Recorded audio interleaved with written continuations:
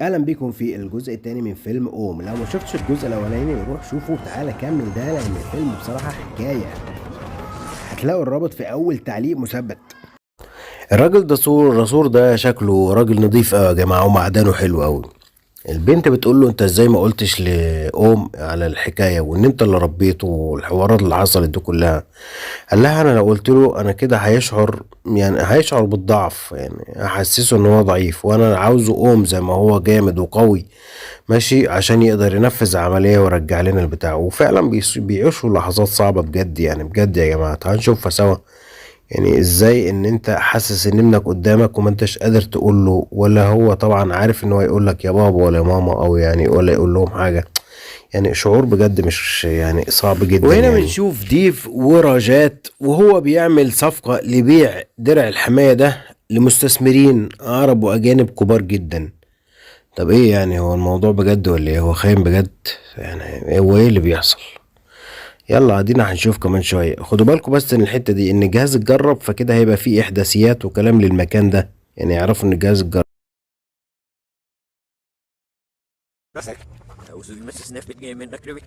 وهنا في الحتة دي بيسألها بيقول لها أرسلان. بتقول له أرسلان، هو أنت فاكر أرسلان؟ بيقول لها لا، أنا وإحنا في البيت أنت ذكرت اسم أرسلان.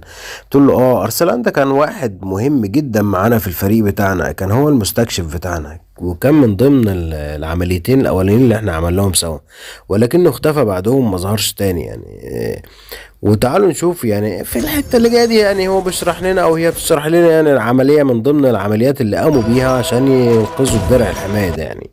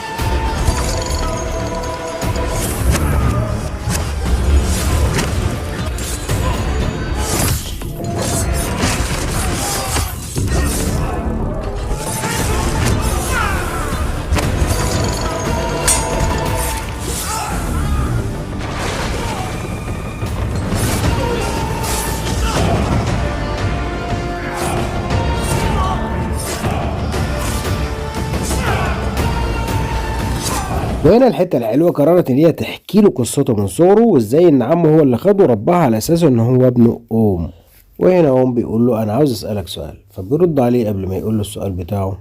يقول له ان فعلا الضربة اللي حصلت وعرفتنا ان الجهاز اشتغل ما تحصلش غير في وجود والدك. وهنا بيتضح لنا ان هي البنت فعلا قالت له على القصة بتاعته كلها، فبيقول له لا ده ما كانش السؤال بتاعي. السؤال بتاعي انت قلت لي كل حاجة دلوقتي وعرفتني كل حاجة، بس ما عرفتنيش ان انت اللي احتويتني وانا صغير، وانت اللي ربيتني، وانت اللي شجعتني.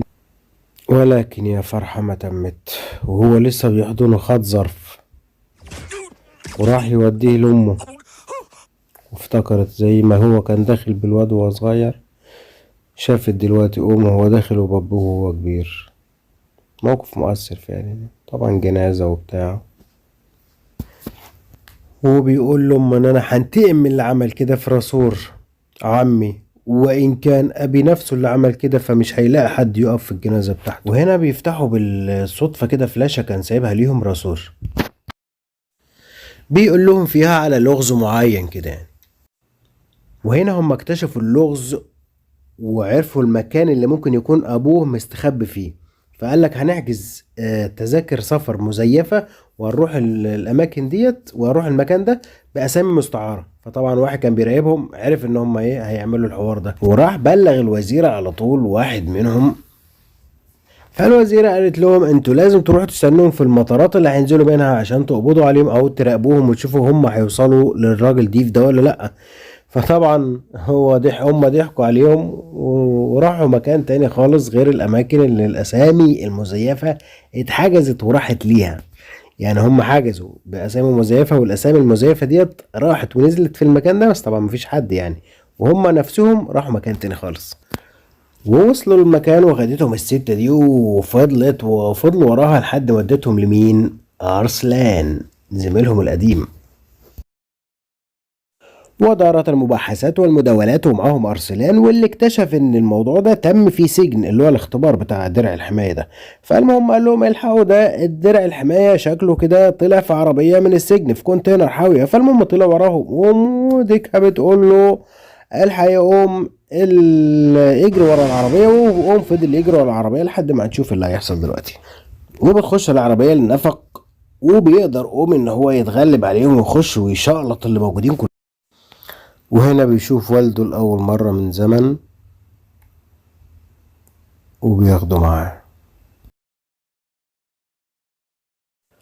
وهنا بيقول له والده انتظر ما تعملش حاجة، انا هحكي لك القصة من اولها وليك الحكم بعديها، يا اما تاخد الجهاز وتقتلني يا اما تعمل انا ما استسلمتش. وقعدت 20 سنة احارب عشان اخلص مشروع درع الحماية، ويبقى في ايدي انا بس وانا المسيطر عليه بس، عشان ما يخشش في ايد الخونة. فبيقول له نراجات وديوان باعوا ضمايرهم، ولما حبوا ان هم يساوموني ويدخلوني معاهم انا رفضت. فانت عارف ايه اللي حصل، ولعوا في البيت والكلام ده. وانا زعلت جدا لما عرفت ان اخويا مات، ولكن زاد فيا الامل تاني لما عرفت ان انت على قيد الحياة، وان انت بقيت حاجة كبيرة جدا. وبيقول له اعمل اللي انت عاوزه. وهنا بتخش عليهم البنت وبتقول له الحق، انت عارف مين اللي قتل عمك وعمل في الفريق بتاعنا كل ده، ومين اللي قضى على الفريق كله اصلا، ومين اللي طلع مورتي هو اللي خاين، قائد الفريق بتاعهم كله يعني، او قائد النظام كله يعني. وهنا بيكتشف الابن براءة ابوه، بياخده بالحضن بيقول له خليك هنا وانا هروح ادمرهم. فابوه بيقول له لا ما ينفعش، انا لازم اروح قبلك انا عشان ما يحسوش باي خيانة ولا اي حاجة، عشان افتح المشروع وافعل درع الحماية. ماشي، وساعتها انت تخش واعمل اللي انت عاوزه، دمر يا ابني دمر يا حبيبي. وبيقول له ديف ان على فكرة موجود هنا ولازم نتم الصفقة بسرعة، واكيد كده عرف في اللي انت عملته فيه، ان مورتي هو اللي كان ضربه بالرصاص على المركب في اول الفيلم خالص. وهنا بيقول لزميله ان خلاص والدك وصل لدرع الحماية، وانزل يا غول شوف شغلك. وزي ما انتم متعودين مني انا مش هتكلم كتير في النهاية، انا اسيبكم تتفرجوا عليها، ولو في حتة صغيرة هعلق عليها هقول لكم عليها. يلا يا باشا استمتعوا.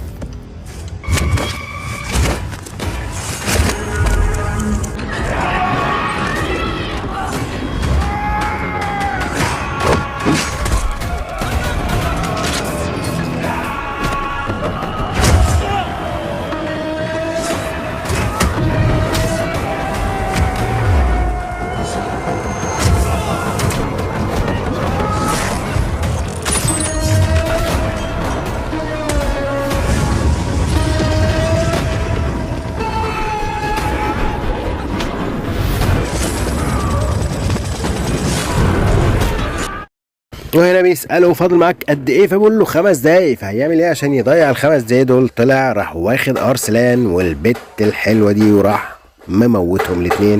فطبعا صاحبنا قام عليهم وظبطهم.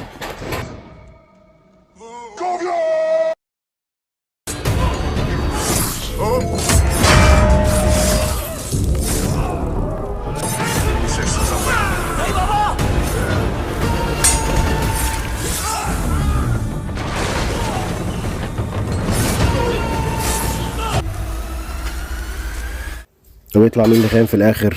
ابوه اصلا ديف.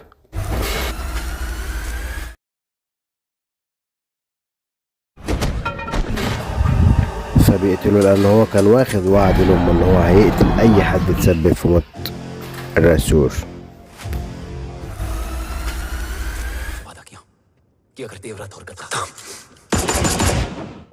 في النهاية لو عجبك الفيلم ما تنساش تعمل لنا لايك واشتراك، ما تنساناش بلايك واشتراك، واستنانا في فيلم الشبح.